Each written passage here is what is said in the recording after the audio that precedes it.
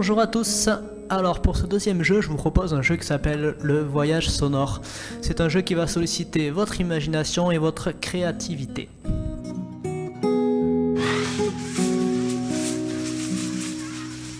Pour jouer à ce jeu, il suffit d'être 2 minimum, mais l'idéal c'est quand même d'être un petit peu plus nombreux, vous allez rapidement comprendre pourquoi. Parmi les joueurs, il y en a un qui sera le voyageur. Le voyageur est celui qui a les yeux bandés, assis confortablement dans un fauteuil. Les autres joueurs, eux, seront les musiciens. Le voyageur, lui, n'a rien de spécial à faire, à part se bander les yeux, s'asseoir confortablement et se laisser aller pour bien profiter du voyage. Les musiciens, quant à eux, vont devoir décider du type de voyage qu'ils vont offrir aux voyageurs. S'agit-il d'une balade en forêt, d'une promenade en bord de mer, ou bien d'un voyage dans un monde complètement imaginaire? Pour cette vidéo, prenons l'exemple d'une balade en forêt. La première étape pour les musiciens va être de chercher dans leur maison des objets qui vont imiter les sons de la forêt. Par exemple, une poche plastique frottée dans les mains imite très bien le son du vent qui souffle dans les feuilles.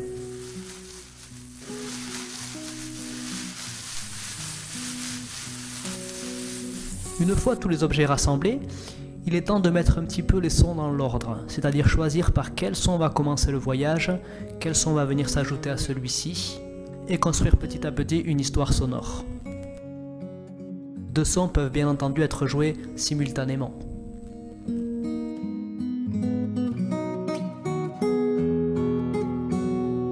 Une fois que l'ordre des sons est établi, il est maintenant temps de décider d'où viennent les sons.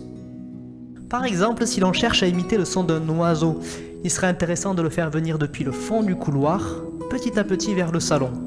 Ça permettra à la personne qui a les yeux bandés de voyager un petit peu plus, c'est-à-dire d'oublier qu'elle est assise chez elle. Une fois les musiciens prêts, c'est-à-dire une fois qu'ils ont décidé quels sons vont être joués, une fois qu'ils ont décidé dans quel ordre les sons allaient être joués, et une fois qu'ils ont déterminé depuis quel endroit de la pièce le son allait être joué, le voyage peut commencer.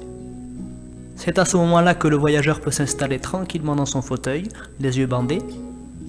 Je vous conseille de laisser bien 30 secondes de silence afin de permettre à celui-ci de bien se relaxer, d'oublier petit à petit qu'il se trouve assis dans son salon, afin qu'il profite au mieux de son voyage. Le voyage peut commencer. L'idéal pour les musiciens est d'être en chaussettes afin que les bruits de pas ne s'entendent pas sur le sol. Les différents sons peuvent être joués très près de l'oreille. Attention à ce moment-là à ne pas abîmer les oreilles du voyageur. L'oreille est très sensible, donc les sons qui sont joués près des oreilles sont des sons forcément doux. Un son peut se déplacer. Par exemple, un son qui résonne en tournant autour de la tête provoque une sensation vraiment étrange. Donc expérimentez tout ça. Un dernier détail très important est de vraiment prendre son temps. On a tendance dans ce jeu à trop se précipiter et à vraiment vouloir enchaîner les sons. Non, prenez le temps de faire apparaître les sons petit à petit. L'idée est que le voyage dure entre 5 et 10 minutes, donc on a vraiment le temps. Sur ce, je vous souhaite à tous un très bon voyage et on se retrouve pour le prochain jeu.